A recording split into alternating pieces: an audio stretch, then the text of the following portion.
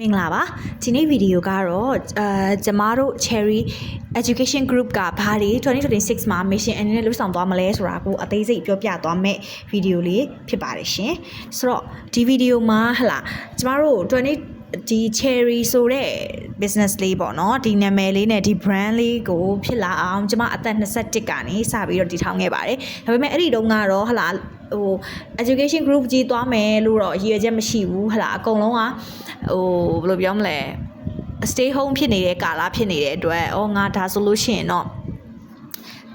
online class လေးတွေစပြီးတော့ဖွင့်ကြည့်မယ်ဆိုပြီးတော့မှစပြီးတော့ဖွင့်ကြည့်ရင်းနဲ့ဒီနာမည်ပေါ့နော်ကျမက Cherry ဒီအရန်ကြိုက်တာပေါ့နော်အဲ့ဒါဆို Cherry ဆိုတဲ့နာမည်လေးကိုပေးဖြစ်သွားတယ်ပေါ့နော်တချို့ကတော့ Cherry ဆို Cherry Pan လားလို့ထင်မှာမဟုတ်ဘူးတကယ်ကတော့ Sakura ကိုsorry Cherry Pan ကိုပြောတာမျိုးမဟုတ်ဘူးကျမကဒီအသီးလေးကိုသဘောကျတာပေါ့နော်အရန်ချိုကောင်းတယ် cake တွေမှာဆိုလဲ Cherry ဒီကျမလူစားလေးရှိရပေါ့ရှင်အဲ့တော့အဲ့ဒီဟာလေးကိုအစွဲပြုတ်ပြီးတော့ကျမက business name ကို Cherry ဆိုပြီးကျမပေးလိုက်တယ်ပေါ့နော်အဲ့ဒီတုန်းကတော့ဘာမှ trade through မရှိပါဘူး page လည်းမရှိဘူးအဲ့တော့ TikTok တွေပါလေဘာမှခင်မစားသေးဘူးပေါ့နော်ခင်မစားသေးဘူးဆိုတော့ maybe ပေါ်လောက်ပါပြီကျမအတွက် Viber မဖြစ်သေးဘူးပေါ့နော်အဲ့တော့ကျမကနေပြီးတော့ဒီတုန်းကဆိုရင် personal account လေးမှာပဲတင်နန်းလေးကြီးညာတယ်တင်နန်းလေးလာအပ်ကြရပေါ့နော်ကျမစီမှာပထမအဆုံးတက်တဲ့ကလေးမလေးကိုလည်းအခုထိသတိရနေတယ်အခုတော့သူနိုင်ကြရောက်သွားလောက်ပြီပေါ့နော်ဆိုတော့ပထမဦးဆုံးသူကကျမစီမှာတင်နန်းလာအပ်တယ်ပေါ့နော်သူ့အမေနဲ့ဖုန်းပြောဖြစ်တယ်တင်နန်းအပ်တယ်ပေါ့ဆိုတော့အဲ့ဒီကနေပြီးတော့မှတဖြည်းဖြည်းနဲ့ကျမတင်နန်းလေးကလူတိလာတယ်အဲ့တော့နောက်ပိုင်း page တွေပါတွေထောင်ပြတယ် logo တွေနဲ့ဗာနဲ့သေချာဖြစ်ပြီးတော့ online business တစ်ခုကိုစမယ်ဆိုပြီးလုပ်လိုက်တယ်ပေါ့နော်ဆိုတော့အဲ့ဒီအချိန်မှာကျမမှာ business idea ဘာမှမရှိပါဘူးအရင်တုန်းကလုပ်ခဲ့တဲ့ business 3ခုကတော့ခေတ်ကာလရဲ့ကျမပြောခဲ့သလိုပဲပေါ့နော်ကိုကထပ်ပြီးတော့မချဲ့နိုင်တဲ့ခါမှာအထူးသဖြင့်လူအားလိုတဲ့ business တွေဖြစ်တဲ့အတွက်အဲ့ဒီ business တွေကိုရပ်ထားခဲ့ရတယ်ပေါ့နော်ဆိုတော့ဒီ business ရောက်လာတယ်အဲ့လိုပဲတင်နန်းသားတွေတဖြည်းဖြည်းများလာတဲ့ခါမှာကျမတယောက်တည်းတင်လို့မနိုင်တော့ဘူးအဲ့အတွက် okay ဒါဆိုရင်တော့ငါဒီဆရာမတွေနဲ့တူတူလုံးမဖြစ်တော့မယ်ဆိုတော့အတီလေးတစ်ခုဝင်လာပြီးတော့ဒီ education group ကိုစလိုက်တယ်ပေါ့နော်ဆိုတော့အဲ့ဒီအချိန်မှာပဲအမျိုးမျိုးခက်ခဲတွေကြုံနေကြာလိုက်ပြန်လဲကျသွားလိုက်ပြန်ထလာလိုက်ပဲပေါ့နော်အဲ့ဒါအခုချိန်ထိပါပဲဒါပေမဲ့အခု2026မှာအရှိ21ကနေပြီးတော့ကျမတက်အခု29နဲ့ရောက်ပြီပေါ့နော်ဆိုတော့ဒီကာလအတွင်းမှာtotally အပြင်တော့6နှစ်လောက်9နှစ်လောက်နီးပါလောက်ခဲ့ပြီးတဲ့အချိန်မှာပေါ့နော်သိလိုက်ရတဲ့lessons တွေအများကြီးပဲအဲ့ထဲကနေမှအဲ့ဒါတွေကိုပြန်ပြီးတော့အခုပြင်ဆင်နေတယ်အကောင်းဆုံးနဲ့စူးစမ်းနေရပေါ့နော်အဲ့တော့ business model ကိုငါပြောင်းမှရတော့မယ်ဆိုတော့အတိဝင်လာတယ်အရင်တုန်းကတော့ကိုသွားခဲ့တဲ့ system ကိုပဲမှန်တယ်လို့ထင်တယ်ပေါ့နော်ဒါပေမဲ့အဲ့ဒါကအချိန်ဘယ်လိုပြောမလဲခေတ်ကာလပြောင်းတဲ့အချိန်မှာကျမတို့ကလိုက်ပြောင်းရမှာဖြစ်တဲ့အတွက်အဲ့ဒီဟာကိုကျမ update မလုပ်မိလိုက်ဘူးပေါ့နော်ဆိုတော့အဲ့လိုမဟုတ်ဘဲနဲ့ man power ကိုပဲအရန်အားကိုတဲ့အခါမှာမလိုလားအပ်တဲ့အခက်အခဲတွေအမှားတွေပြဿနာတွေဖြစ်တယ်ပေါ့နော်ဆိုတော့အဲ့ဒီအတွက်2026ပေါ့နော်အမှန်တော့ leverage ယူနေတာဒီ December လောက်ကလေးရပေါ့နော်ဒါပေမဲ့2026မှာကျမ business model ကိုလုံးဝပြောင်းလိုက်တယ်video class တွေပဲ provide လုပ်တော့မယ်ဆိုတော့ပုံစံမျိုးနဲ့ပြောင်းလိုက်တယ်ပေါ့နော်ဆိုတော့အခုထိကျမတို့စီမှာပေါ့နော်ဒါဆိုရင် main page မှာကောကျမတို့ဒီ YouTube channel မှာကောကျမတို့အဓိကကြော်ညာနေတာအဓိကသွားနေတဲ့လမ်းကြောင်းဒီvideo class ကိုပဲဦးစားပေးပြီးတော့သွားနေတာဖြစ်တယ်အဲ့တော့ video class တွေကဘာဖြစ်လို့ video class ဖွင့်တာလဲဒီဘက်ခေတ်မှာမြန်မာ culture အရာ101သင်တာကိုမကောင်းဘူးလား101ကရော effective မဖြစ်ဘူးလားဆိုပြီးတော့မှပြန်ပြီးတော့မေးကြတယ်အရင်တော့ကကျမသင်တန်းက101သင်တန်းပါဆိုတော့ဒီ2020 sorry ကျမအသက်21ကနေစပြီးတော့အခုချိန်မှာ2026အထိပေါ့နော်ဒီကာလအတွင်းမှာ101ကိုအဓိက focus ထားပြီးသွားခဲ့တယ်ဒါပေမဲ့ market အရာအဲ့ဒါကထင်သလောက်အစ်မပြေဘူးဆိုတော့ကျွန်တော်တို့သိလာတယ်ထိုနည်းတူပဲဆရာမတွေကိုပြန်ပြီးတော့ခွဲဝေပေးရခါမှာလဲ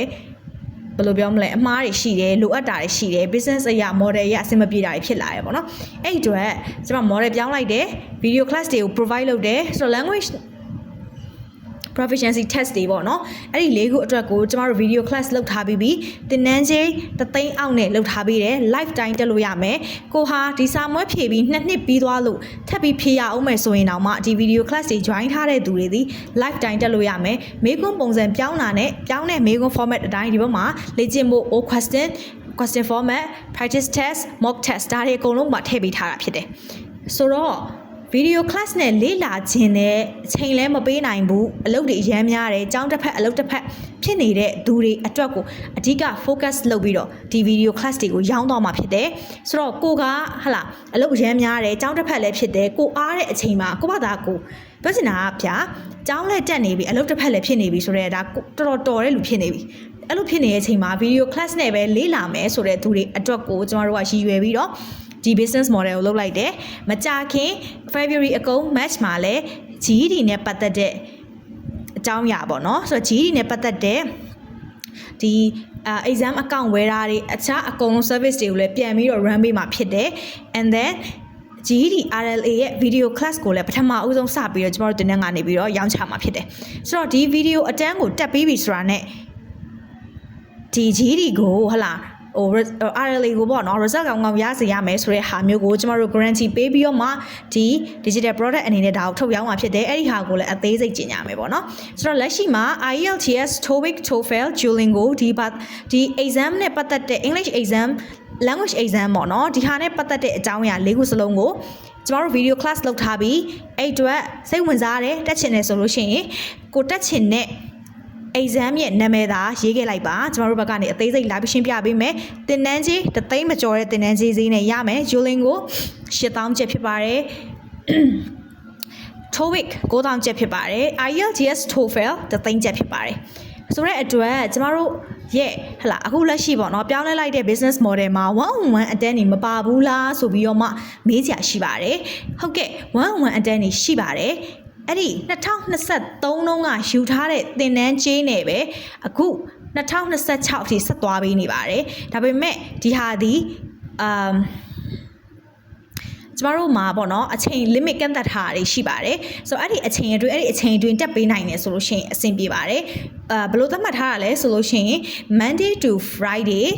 မနက်9နာရီကနေည9နာရီခြားထဲမှာအချိန်ညှိပြီးတော့မှဒီ language proficiency test တွေကိုတက်ရောက်မယ်ဆိုလို့ရှိရင် 1-on-1 တက်ရောက်လို့ရပါတယ်သင်တန်းကြီးတွေကလည်း2023လုံးကနေယူထားတဲ့သင်တန်းကြီးပဲအခု2026အထိကိုယူလာပေးမှာဖြစ်ပါတယ်ဆိုတော့ဒါကတော့အချိန်ကဥမာပေါ့နော်ဟလာကျောင်းသားတစ်ယောက်ကဒီအချိန်ယူလိုက်တဲ့ခါမှာနောက်ကျောင်းသား 1-on-1 လာတဲ့ခါမှာအဲ့လိုအချိန်မပေးနိုင်တာမျိုးတော့ဖြစ်ပါလိမ့်မယ်အဲ့အတွက်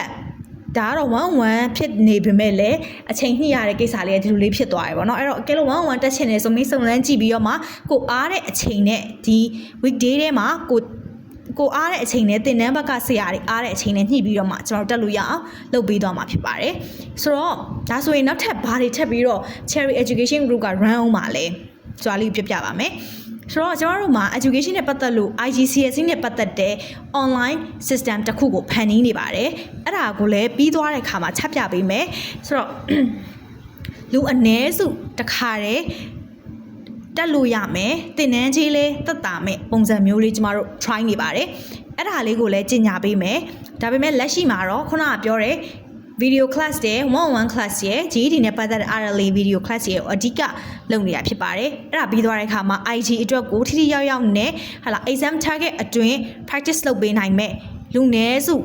အတန်းမျိုးကိုဖန်တီးပြီးရင်မကြခင်ပြန်ပြီးကြီးညာပေးပါမယ်နောက်ပိုင်းနေမှာလဲပေါ့နော် fraud scale နဲ့ပတ်သက်တဲ့ဒီ webinar တွေပြီးတဲ့အခါဒီ sharing တွေကိုလည်းထပ်ပြီးလုပ်ပေးသွားမှာဖြစ်ပါတယ်ဆိုတော့ business model တစ်ခုလုံးကိုပြန်ပြောင်းလိုက်ရတာဖြစ်တဲ့အတွက်ဟလာလိုအပ်တာတွေတစ်ခါလေစာပြန်နောက်ကျတာတွေဒါလေးတွေရှိနိုင်ပါတယ်ရှင်အဲ့တော့အဲ့ဒီအတွက်ကိုလည်းညွတ်တောင်းပန်ပါတယ်ဒီထက်မကပိုကောင်းတဲ့ service တွေပေးဖို့လည်းကျမတို့ဘက်ကနေလှုပ်ဆောင်သွားပါမယ်နောက်ပြီးမကြခင်မှာလည်းvolunteering နဲ့ပတ်သက် English နဲ့ပတ်သက်ပြီး volunteer လုပ်ချင်တယ်ဆိုရင်လည်း paid volunteer လို့ပုံစံမျိုးပေါ့နော်ဒါမှမဟုတ်လည်းတစ်ခုခုပေါ့ campaign တွေကျမတို့လုပ်ပေးပါအောင်မယ်ရှင်